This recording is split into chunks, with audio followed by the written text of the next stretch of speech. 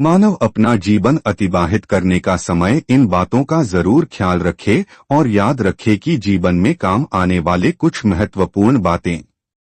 Video को अंत तक जरूर देखें और एक लाइक और सब्सक्राइब करना मत भूलें। 9 एक मानव आते हुए भी रोता है और जाते हुए भी रोता है। जो वक्त रोने का नहीं तब भी रोता है। केवल एक पूर्ण सद्गुरु में ही ऐसा सामर्थ्य है जो इस जन्म मरण के मूल कारण अज्ञान को काटकर मनुष्य को रोने से बचा सकते हैं।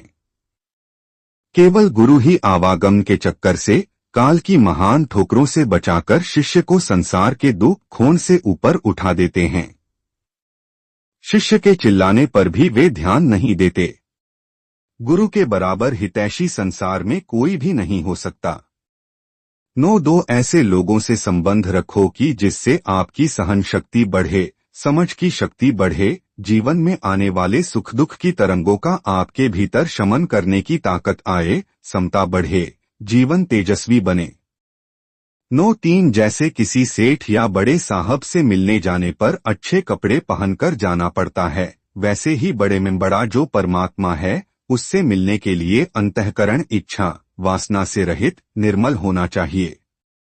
9 जैसे बालक प्रतिबिंब के आश्रयभूत दर्पण की ओर ध्यान न देकर प्रतिबिंब के साथ खेलता है, जैसे पामर लोग यह समग्र स्थूल प्रपंच के आश्रयभूत आकाश की ओर ध्यान न देकर केवल स्थूल प्रपंच की ओर ध्यान देते हैं, वैसे ही नामरूप के भक्त स्थूल दृष्टि के लोग अपने दुर्भाग्य के कारण समग्र संसार के आश्रय सच्चिदानंद परमात्मा का ध्यान न करके संसार के पीछे पागल होकर भटकते रहते हैं।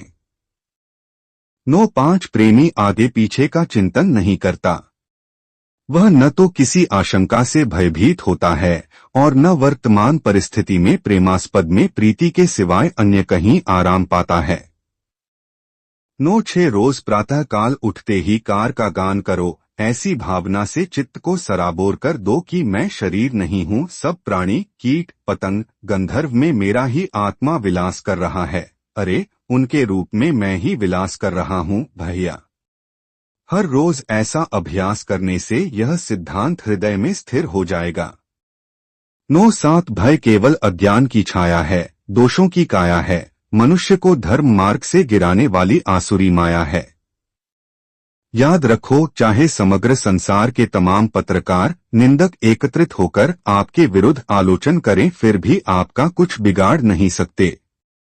हे अमर आत्मा, स्वस्थ रहो।